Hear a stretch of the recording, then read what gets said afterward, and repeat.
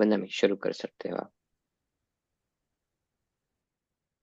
So today it is the 12th week of our course, and the topic of our discussion for today is Jain ethics, or the layman, and also for the ascetics.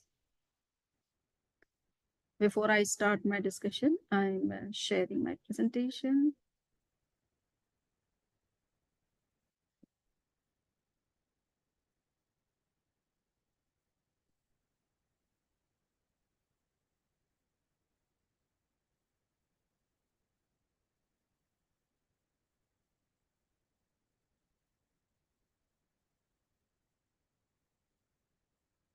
So the presentation is visible to everybody.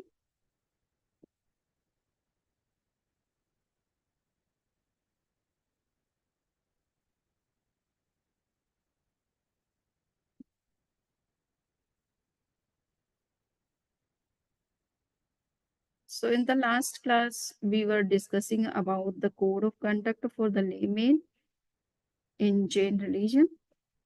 And we have discussed almost 5 main vows, which have been prescribed especially for the householders. And we have seen that the householders are given some relaxation in accepting the vows, in the sense because they are having social responsibility, duties, their physical need, family needs, their business, and other dealings.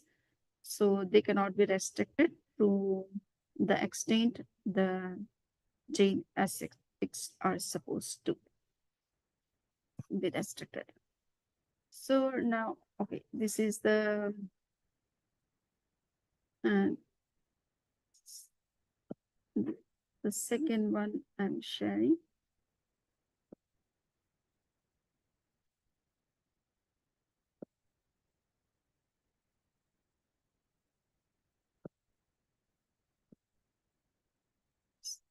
Why it is Mahabharat?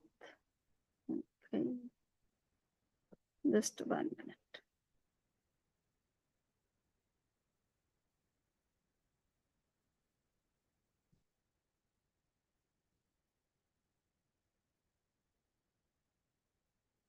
One minute, okay.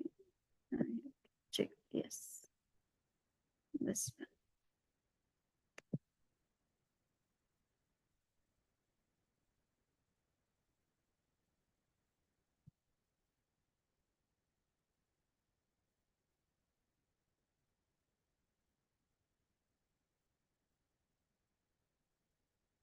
Okay. So now the presentation is visible.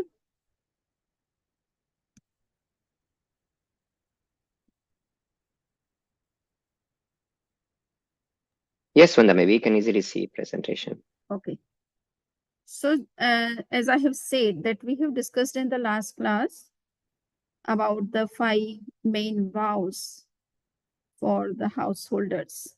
And we have seen that the householders are not restricted like the Jain ascetics in their vows, because they are living a social life. They have so many responsibilities, social responsibilities, duties, business, and other dealings. So they cannot be restricted to the extent to which the Jain monks and nuns are restricted. After discussing 5 main vows, there are certain other vows which have also been prescribed for the householders. And what are those vows? So we know that there are uh, 3 Gunavrat and 4 Sikshavrat.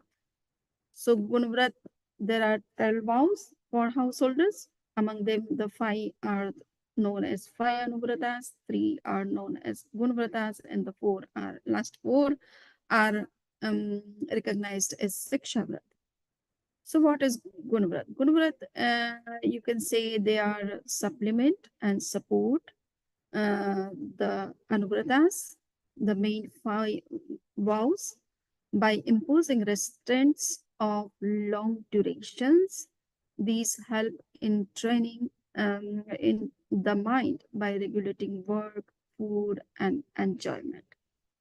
So just we can see that what are those three gunvartas. The first one is known as Digvrat. In this particular vow, the individual fixes a limit on activities to be carried out in any particular direction, like east, west, etc. This limit may be for the entire lifetime or for a certain time to be renewed again as per need.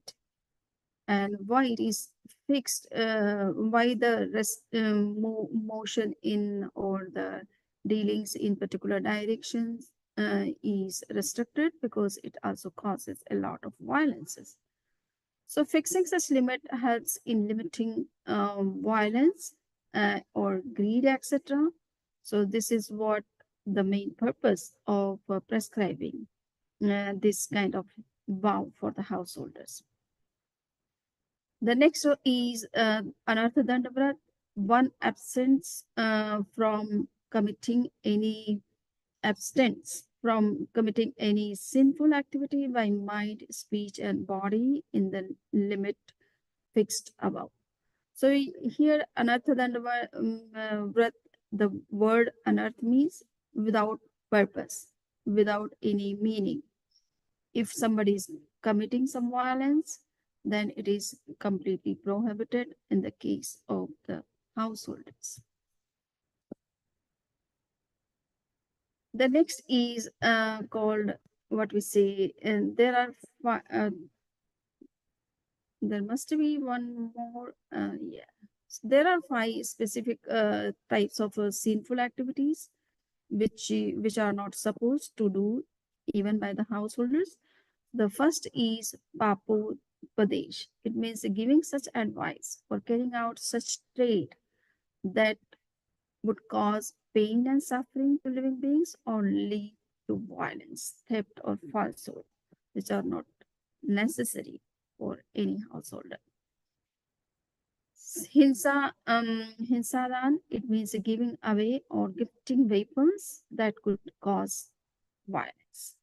The next is apadhyan. It means cherishing ideas of evil against others, for example, death, misery, harm to persons and their families, abusing of women, cover up some act, and scandalous activities, etc. So these are also not necessary. They are also taken in bad sense. So they are prohibited even in the case of householders. Dushruti, it means listening to expounding matters related to occupations which arouse false faith, avarice, and anger, hatred, lust, and doubt. So it is also prohibited that we should not listen to such kind of matters which create such kind of problems and issues, and also not good for the one who is doing or listening to such things. Next is pramadacharya. Pramadacharya, it means indulging in unnecessary activities like digging, wasting water, and kindling fire, cutting vegetation, causing obstructions to wind, etc. So these are also not necessary. Somebody should avoid all these what we say actions which are not good, or you can say harmful to others and the self. So the third vow is known as Bhogo Bhog Pariman. This is also a kind of Gunavrat. It also helps to curtail use of articles of luxury, unguents, foods, and you can say drinks, etc. There are two ways to restrict such kind of things which we are using in our day-to-day life for our protection of our body or for our need of our body. So you can see that there may be certain people who can take such kind of vows for lifelong and set a time limit on use or non-use of these articles. and absent from their use for the lifetime. So yeah, absent here it may be abstain. So abstain from their use for the lifetime. So these are the two ways one can restrict the use of those things which he or she is using in his or her day-to-day life, and they maybe they are also our requirement. We cannot give up these things for every day, or you can say we cannot give up those things absolutely. But yes, we can restrict ourselves to use all these things so that unnecessary violence should not be done by us. Next is Sekshavrat. Sekshavrat also support the Gunavratas and broaden the mind, boost moral and spiritual excellence for advancement in right knowledge and right conduct. There are four such Sekshavratas. One is called Deshavkashik Vrat. It means limit repeated visits to places, house, village, town. This could be observed for a certain period and renewed again. So, how many places we go, that also causes some kind of violences. So, if we can restrict our what we say our visiting to different places, that is also good for us. Next is Samai, for securing equanimity of mind and concentrating on contemplation of the nature of the self. This person observes such kind of Samai vow, and you might have noted that thousands and thousands, or you can say lakhs of people observe this vow every day, daily. And some people observe this samai sometimes five times or 10 times in a day. So they do samai 5 to 10, and this is now after a week. Within a week, the pollution will start, and you will see that how people are engaged in observing samai from morning to night. As much as they get the time, they try to engage themselves in observing this kind of vow. So the person sits in a what we say in any physical what we say posture. It may be Padmasana or it may be another posture which is comfortable to him or her, and in a quiet place with a peaceful and happy mind. He and she is recites the mantras, does japa or swadhyay and meditation for 48 minutes. So this is the particular time which is fixed for observing this kind of vow, which is known as samai. And during this period, one keeps himself engaged in various spiritual activities like meditation or study of the scriptures or chanting the mantras or listening to the religious discourses. The person completely abstains from committing any kind of sin during this samai, and he is not supposed to do even the violence in his thought, through his speech, or any kind of physical action. Samaik is practiced preferably in the morning and evening, but if person is retired, having good time, then he can observe Samaik in full day and full night. If it is possible, when he wakes up early in the morning, then he can start observing this kind of Samaik. Worship to Arhat, study of scriptures and bhakti is also considered as Samaik.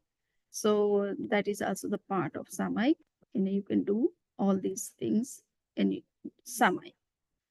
The object of the vow is to attain equanimity of mind, meditation on the nature of the self, and practice detachment from worldly affairs. So this is the main purpose of observing the samai. So people are engaged in some social or family duties or responsibilities, but they can spare some time for their own inner self and can live a life of peace and equanimity by observing such kind of vows. Next is a Poshodopwas. This is the, you can say, third, what we say, a Sikshavat. In this is it is aimed at practicing austerity in the form of fasting. Though it is said that this Poshodopwas is supposed to be a monk for a day, especially for the householders. They cannot sit all the times in Samaik or in Poshadopwas, or if they want to enjoy or know that how the monks and nuns live their life, and he wants to practice that, then he can observe this portion of fast. And it is also supposed to do at least once in a year, when the samvatsari, the annual day of samvatsari comes, or any time, any day, if he is doing some fasting and wants to observe this kind of portion of fast, uh, then he can do that. So fasting should be observed on 8th day and 14th day of each half of lunar month. So it is said that, yeah, okay, we cannot do fasting every day, but yes, at least once in a week, if it is possible for us, then we can keep fasting. And with fasting, we can also observe this kind of vow, which is known as Poshadopvas. Person can observe it at a home, in a temple, or in company of a muni or monks or nuns. The person abstains from trade, domestic work, and enjoyment of all kinds during this practice of Poshodopvas. Time is devoted to meditation, reading scriptures, worship, and samai. So you can see worship not with the candle or like that, but just a bhav puja, you can say, that can be done in this Poshodopvas. Fasting could be without food and water, or with water and no food, or in special case, one meal in the day. Though it is not actually supposed to do any kind of a meal during this practice of Poshadopvas, but if people are not in the condition to give up to keep fasting full day, then there is one option which is suggested, that okay, one can take one meal, and after sunset he can start observing this kind of portion of fast. And if he does it at least 4 days in a month, then he can complete the 8 prahar portion, that is the full day, that is supposed to be for full day and night. So there are certain options which have been suggested by the acharyas to make it easy for each and every person. Now we can see the last one is Vayavrit or Atiti Samvibhag Vrat. And in this particular vow, the householders try to offer alms to ascetics and serving them in appropriate manner. Offering food, drinks, and articles of use to hungry, poor, and the needy is also into practice in the name of this particular vow. So you can see that just we are um, also supposed to offer some food and such necessary items to the ascetics, because they have given up everything, they are completely renunciate. And if we can support in their spiritual journey, then we can also do this kind of offerings to them. So with this, we have completed all the 12 vows of the householders of Jain religion. And if you have some questions, you can ask. Otherwise, I can start discussion on the vows of Jain ascetics. So with these, yes, so you have little bit 5 minutes, 10 minutes time to have to ask anything regarding the vows of the householders.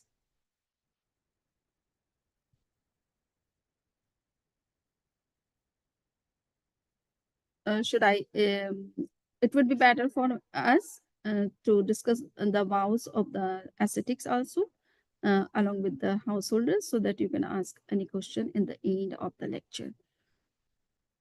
So the next talk which we are starting on the vows which have been especially taken from the householder by the householders, by the ascetics, and those vows are known as Mahabharat.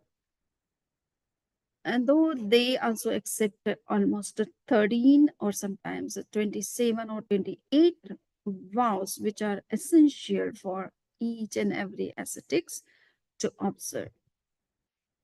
But we are just not going into all those different vows. Just we can see that the five Mahavratas, which are known as complete vows, they are essential to be observed by each and every Jain monks and nuns of all the traditions. So Mahavratas are vratas observed by ascetics in full way without permitting any transgressions. So they are not given any kind of relaxation in observing the five great vows. Even in the dream, if they commit any kind of violence or theft or tell a lie, they are supposed to take atonement for them, for those kind of misdeeds or mistakes, but they should not commit any kind of violence mentally, physically, or verbally, even in the dream. So, what is the five great vows? Among the five great vows, the first one is Ahimsa Mahabharat. So, Ahimsa is given paramount importance in Jain practices. And it is said that it is the non-violence which is the real true religion. All other vows are taken just to support this non-violence.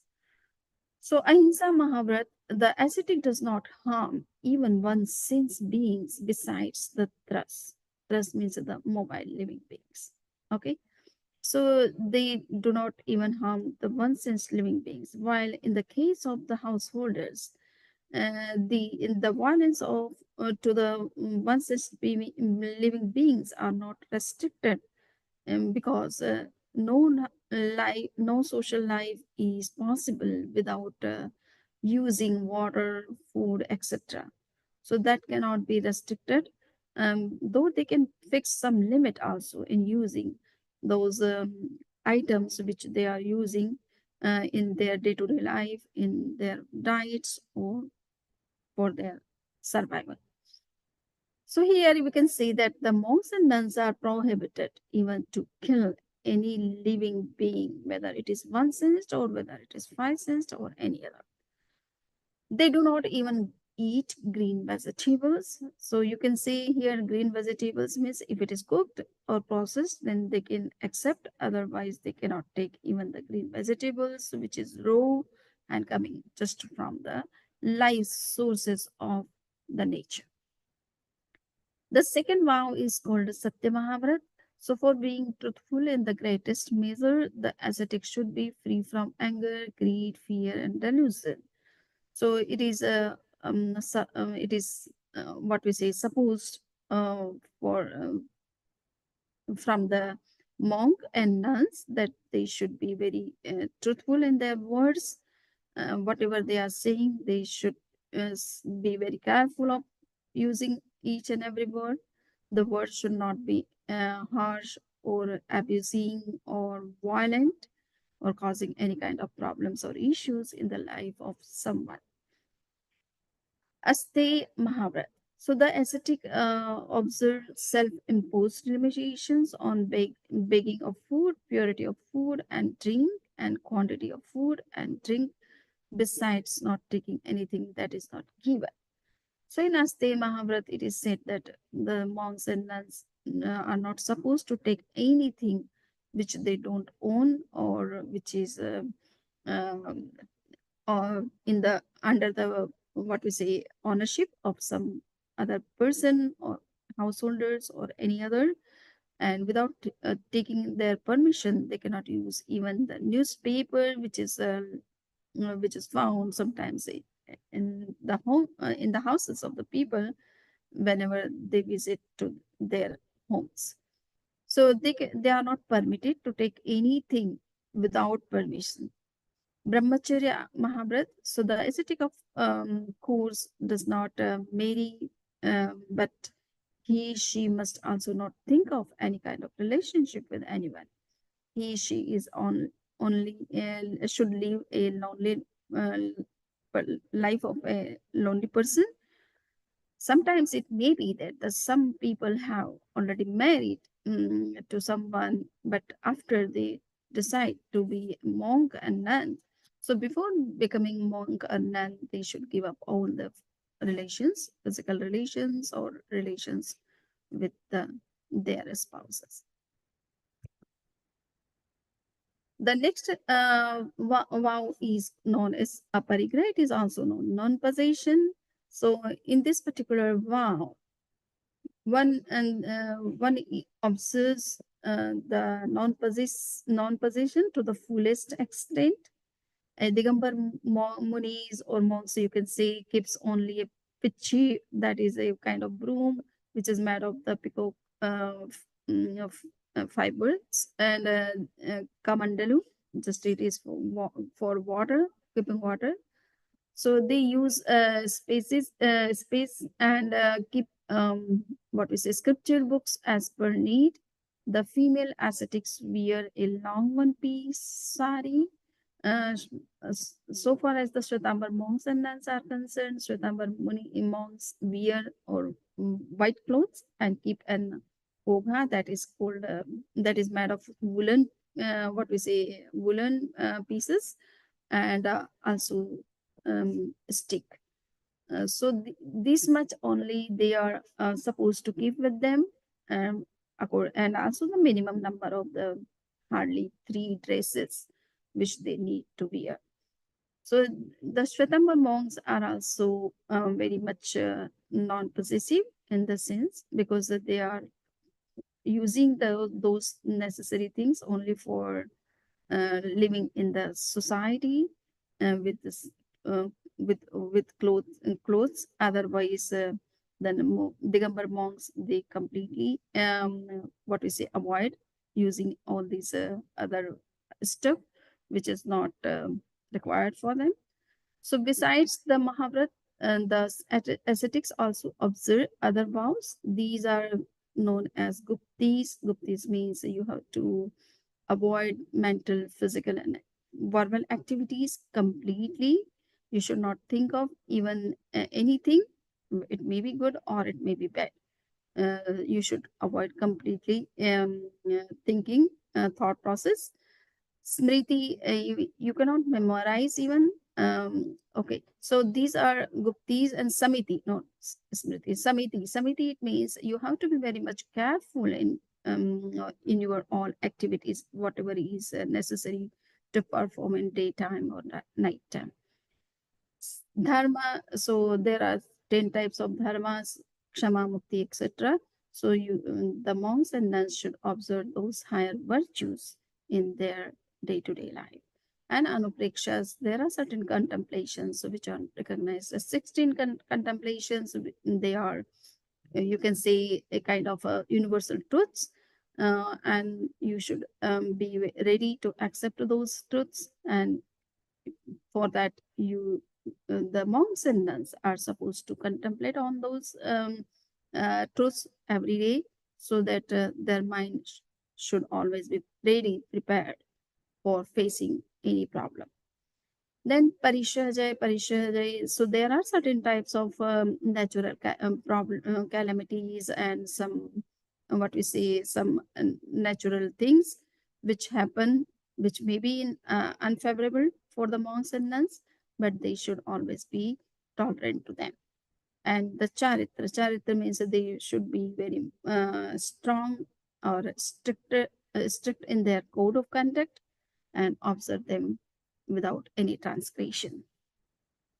So this would be studied in later lecture, if the lecture would come. And just we have to see that for equanimity of mind, the ascetics at least focus on the particular 5 contemplations: friendship with all creatures. So they don't keep any kind of enmity with any living beings. Those living beings may behave misbehave with them or mistreat them. Instead of that, they should be very much kind to them and think of them that they are also doing some good for them and not harming. So, friendship with all creatures is supposed to be always in the mind of the ascetics and in their behavior. Appreciation for the superior. It means you should also, the monks and nuns are supposed to appreciate the good conduct of other people or good qualities of other people. They should not have any kind of jealousy to anybody. Sympathy for the afflicted.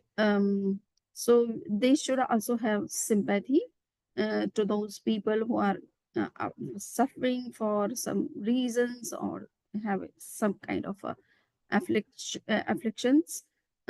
So they should be compassionate to them that they are suffering for some reasons, and if it is possible, they can help them in a spiritual way. Indifference for the unruly.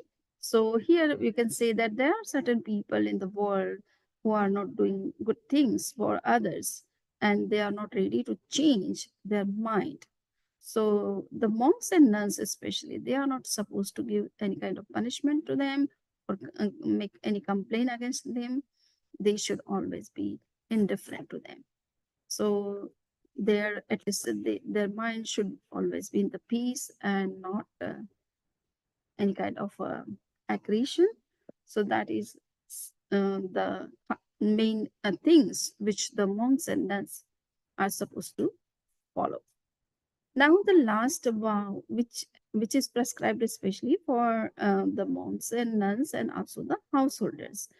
This is not necessary for everybody or anybody. If it is possible, then everybody should think of it that in the end of their life, they should give up the attachment to their body, food items, drinkings, and drinks, and also relation with with the family members, and ultimately they should give up all kinds of patience and the karmas which are bound with them. So in this way, Sanlekhana is supposed to be completely spiritual, engrossed in a spiritual spirituality in the aid of life. So death is inevitable, but people fear death. Fear of death because of love for life and the uncertainty of afterlife. So it happens. Everybody, those people who know that we should not fear of the death because death is inevitable. It is part of our life until and unless we are in mundane state, and there is always some birth and death. So it is part of life cycle, but it doesn't mean that they don't become fearful when the death comes to them. So those who believe in afterlife are less fearful than those who do not believe in rebirth. So Jainism believes in rebirth, that our life doesn't extinct with the death. We always survive even after death. Until we get liberation, we are always in the cycle of birth and death. We are dying and taking new birth. So those people who are clear about rebirth concept, they don't become so much fearful when death comes to them. Preparatory penance for weakening the body and reducing patience so as to have no fear of death when it comes is called sanlekhana. So in this particular vow, one prepares himself to the extent so that if death comes, he is always ready to welcome. But the purpose of observing the sanlekhana is not dying, but to be concentrated or focused on the inner self in the end of life, giving up all attachments. So it is a kind of preparation to welcome the death which comes natural. Santara is embracing the death voluntarily in a state of peace and equanimity of mind. So embarrassing the death, it is written here, but just you can say that we prepare ourselves for death, because death also comes on some or other day. So we have to be ready for that, and our mind should not be disturbed because of this kind of fearful situation of our life. Sallekhana is normally practiced by ascetics. There is a tradition observing Sallekhana practice so that the body is gradually made weak physically but not vitally by progressively reducing food and drink intake over a period of 12 years. So, Sallekhana is taken at least 12 years before, so that we can start reducing food and drinks which nourish our body, make our body more strong, and it becomes very difficult when death comes near to give up such kind of body. So when we start observing this kind of sanlekhana, we try to be detached from the body, detached from all the food items, and prepare ourselves to face the natural death. Sanlekhana is normally so we try to start practicing or reducing, or you can say we try to reducing our food and drinks uh, at least 10 12 years before. So in that process, we sometimes we do ekasan, weekly ekasan, or then fasting or any other such kind of vows, and thereby we can reduce the physical strength and be ready for that, for the natural death. In Santhara, also, the person stops taking food and drink and practices peace and equanimity of mind in the remaining period of life, which may be a few hours, days, or months. So, yeah, there are certain three methods of accepting Santhara. In the first method, you can just give up the food items and keep the drinks and water at least uh, for as long as you want. And in the second stage, one gives up even the drinks and do not take any service of other people, and he can move it.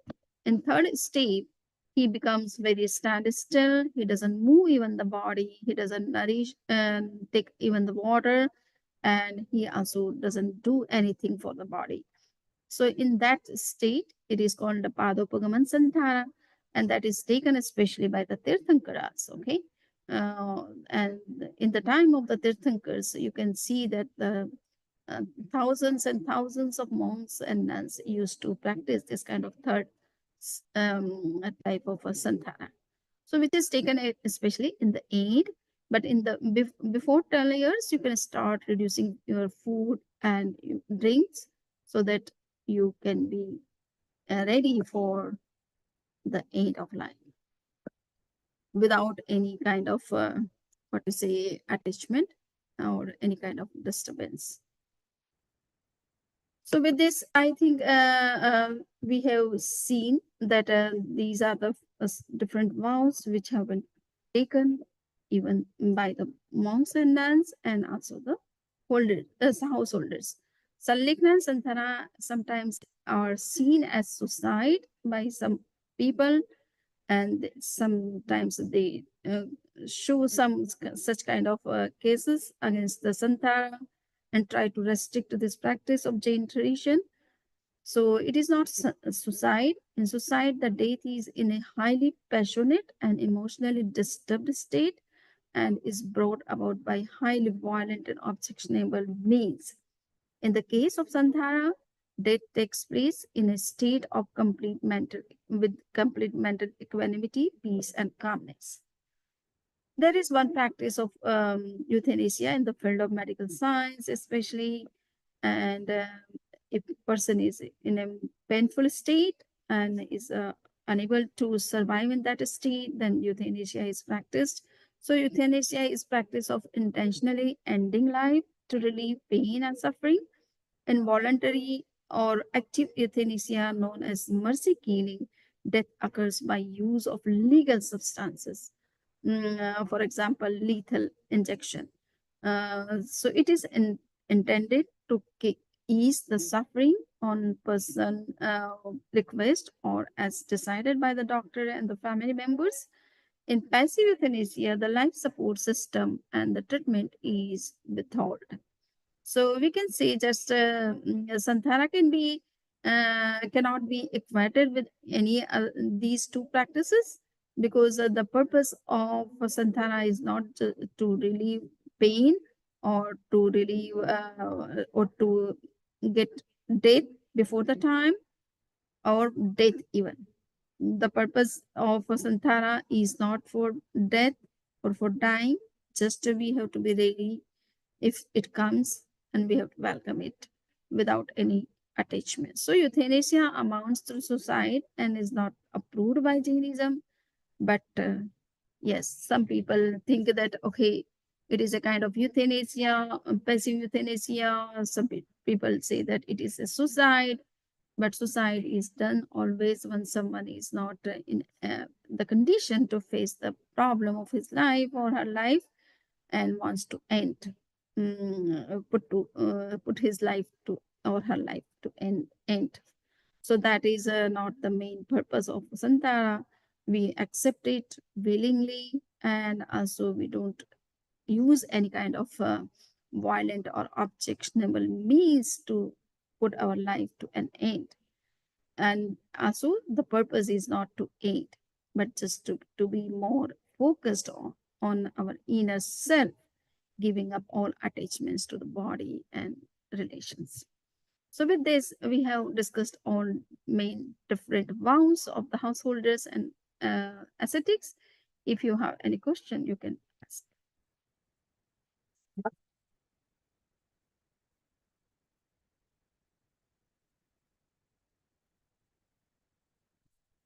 Uh, so I think all are unmute. वंदामी मेरा सवाल है कि साधुओं के लिए मध्यस्थ भाव Hmm. तो वो अनुवृत्ति के लिए नहीं है क्या? No, no. The पहले तो ये बताइए कि मध्यस्थ भाव का मतलब क्या है? okay. So Madhyastha Mavena, you should not interfere in such matter which are not under your control. Clear? Especially. And the monks and nuns, they are not supposed to take any violent action against any person. So what they can do if somebody, suppose if somebody is killing some other person, and so the monks and nuns should create some awareness in the mind of the violent person or the terrorist, that they should not do such kind of things, or how the violence is harmful for them also. But they cannot take any action, what we say, violent action against them, or they cannot go to complain to the government that what he is doing. In such kind of matters, they should also be neutral, because that also will cause some kind of violence on the part of that criminal. So that is also not supposed to do by the monks and nuns, though it is very critical. It is very difficult to stop oneself not to do such kind of complaint or take some action against such violent people. And just another thing, that there are certain things which are happening in the world. The monks and nuns are not supposed to do, supposed to say anything against them. Okay. For example, there are so many industries which are producing wine, which are producing meat, etc. But the monks and nuns are not supposed to say anything against them, taking the personal name, or just they can give some education to the people that how violence is not good on the part of any person, whether it is householder or whether it is the monks and nuns. So in this way, they are quite neutral in their language. They don't take the name of a particular person or business, and they do not want to create any kind of problem to any person. Because all these things cannot be restricted to the extent which monks and nuns want. But yeah, and they have to be neutral in some matters in which they should not interfere, or it may cause some kind of violence against themselves and also to the person who is doing such kind of businesses. Yes. और दूसरा सवाल ये है कि सामायिक में ये अपने मतलब जो व्यायाम करते हैं, जैसे भस्त्रिका या अनुलोम विलोम, ये सब सामायिक में अलाउड है या नहीं है? It is not allowed in Samaik because in this kind of a breathing exercise, there is force of breath which is coming out or going in, and because of the force, there may be killing of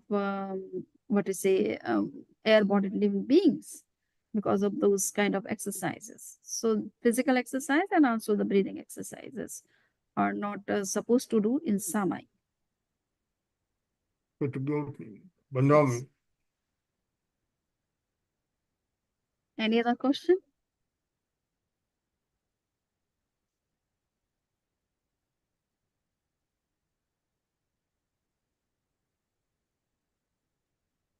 Vandami Shamji. Yes. My question is how this Anuvratas and Mahavratas are linked to science. I mean, how actually all these things are scientific. Okay. So science, what do you mean by science? Science is supposed to be non-violent, non-violent such kind of education or experiments. See, science is working in its own way. Its purpose is to provide more and more facilities to the people, okay, and to invent some things which can be beneficial for mankind. So when they perform any kind of experiments, they don't care of violence. Yeah, they don't even sometimes care of the future drastic harmful results of those experimental studies. Their purpose is sometimes commercial or just to create such kind of facilities for the people. So in that sense, we cannot say that science is science is committed to observe the non-violence in their experimental studies or in their dealings or in their any kind of studies. Yeah, but scientific in the sense, you can say that we are taking care of all the living beings, and we are doing this kind of non-violence, or we are treating all the living beings non-violently.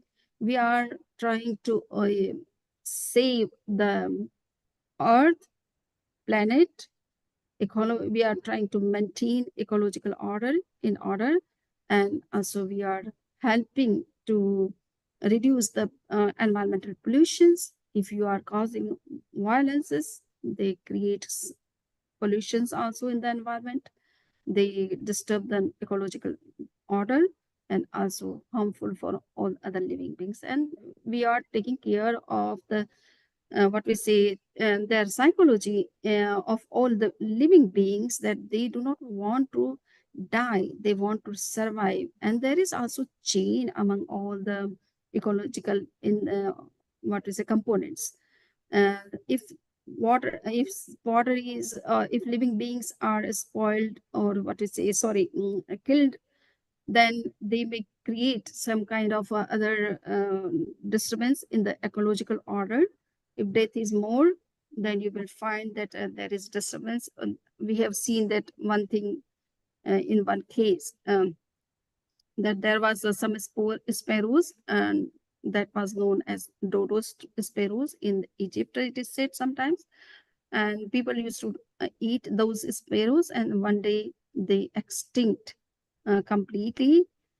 When sparrows was there, they used to eat one kind of seed, and that seed gets moisture, used to get moisture in their stomach, and when those seeds come out of their body, they grown up in a very good quality of wood. So as when all the spoilers were killed, the whole business of wood got into what we say crisis, and it was very difficult for the people how to brew that kind of wood, which was the part of their business also. So you can see that things are connected with each other. Okay, even the business is connected with the life of other living beings. If they don't survive, then the life business also becomes gets into crisis or in problem. And the ecological order is also getting disturbed, because all life are supposed to be dependent on others. So if you kill one, the other will also be killed. According to the Shvikalik Sutra, it is said that when you are digging the earth, you are not only killing the earth-bodied living beings, but you are also killing other living beings who are dependent on the earth. Clear? So in this way, there is chain interconnectivity among all the components of the earth. So we are disturbing the whole chain and disturbing our own life even sometimes. See, in Jain scriptures, in Acharan, it is also said that when you are overlooking the life of other living beings, you are not just overlooking those living beings, but you are overlooking your own life, because your life is dependent on them. See, if there is more pollution in the air, you are unable to take the fresh air or breathe, and that may take life of our of people. So, and we have seen during the COVID. So it is because of their physical condition, they could not breathe in that situation. But yes, if fresh air is there in the environment, you will survive in a better way. बंदामणि मेरा एक सवाल और है.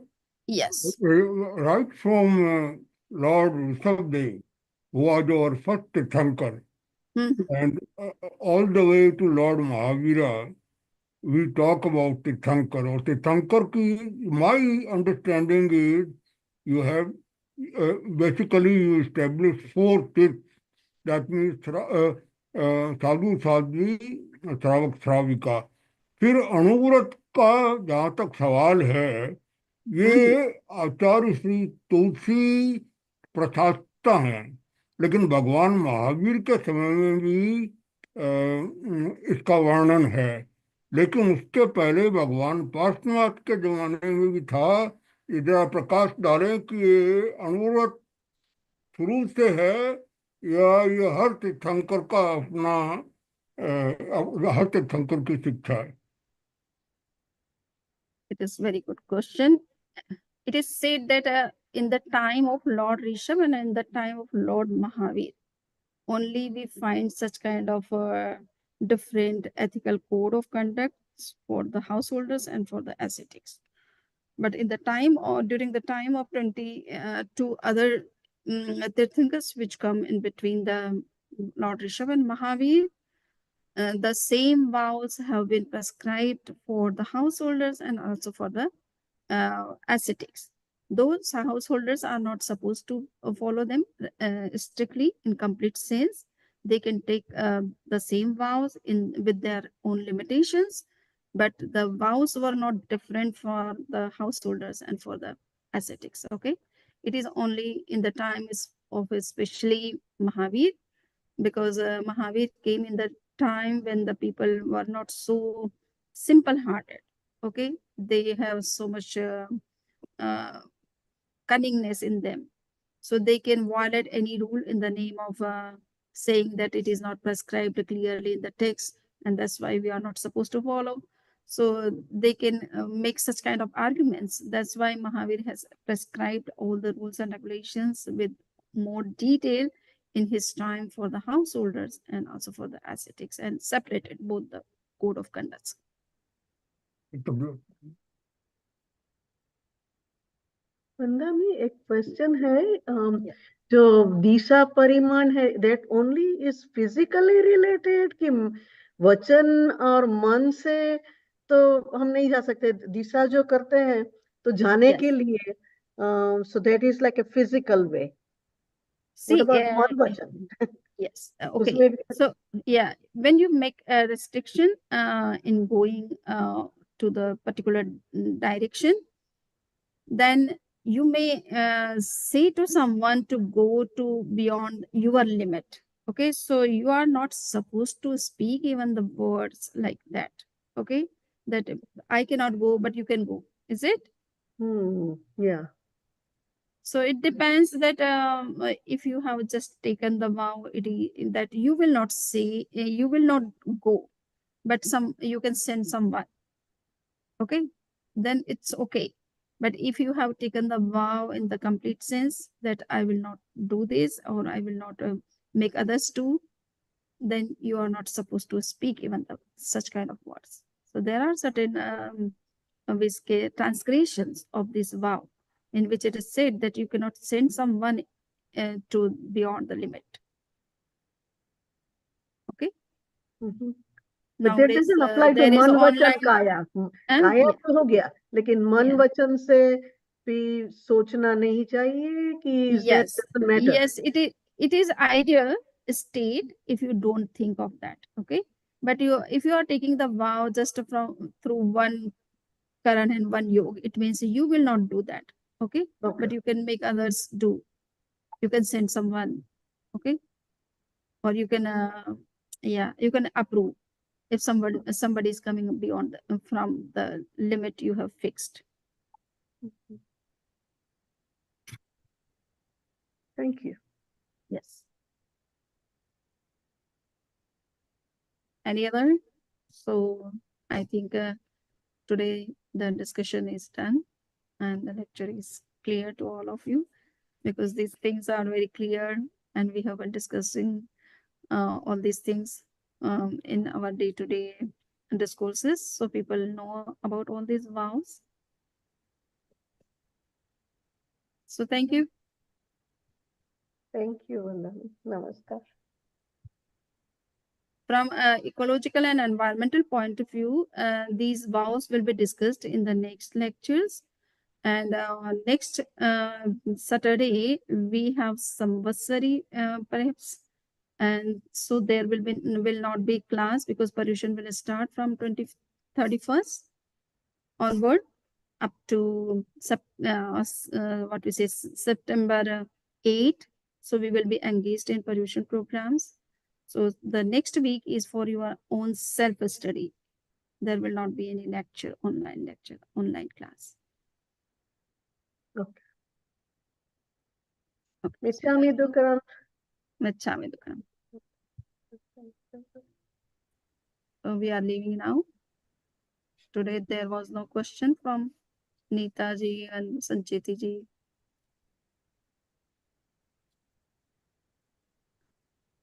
So now we are leaving. Thank you.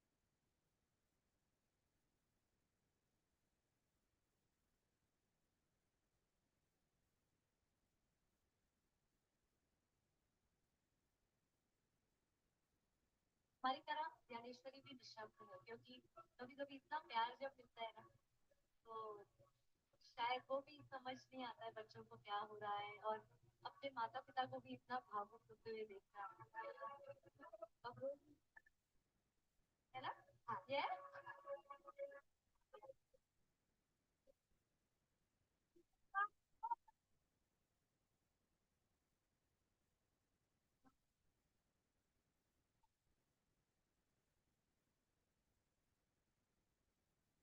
single best thing you can do for your future is to identify the handful of stocks that dominate a major new technology like the internet, and then put a few $1,000s in those stocks. Hello, this is Alexander Green, Chief Investment Strategist of the Auction Club. Most people know me from my financial books or my time managing money at one of the biggest firms in America with $2.8 trillion in assets. But go against conventional wisdom. I won't tell you that your retirement requires years of diligent savings, but that it requires decades of growth in your 401k, even though it normally does. I'm going to show you how a small $7,000 portfolio of just 7 little-known stocks can make you a millionaire in less than 6 years, if you buy them before the end of the month. This is only possible right now because of the sudden and dramatic rise of artificial intelligence, the most important wealth-building opportunity since the internet.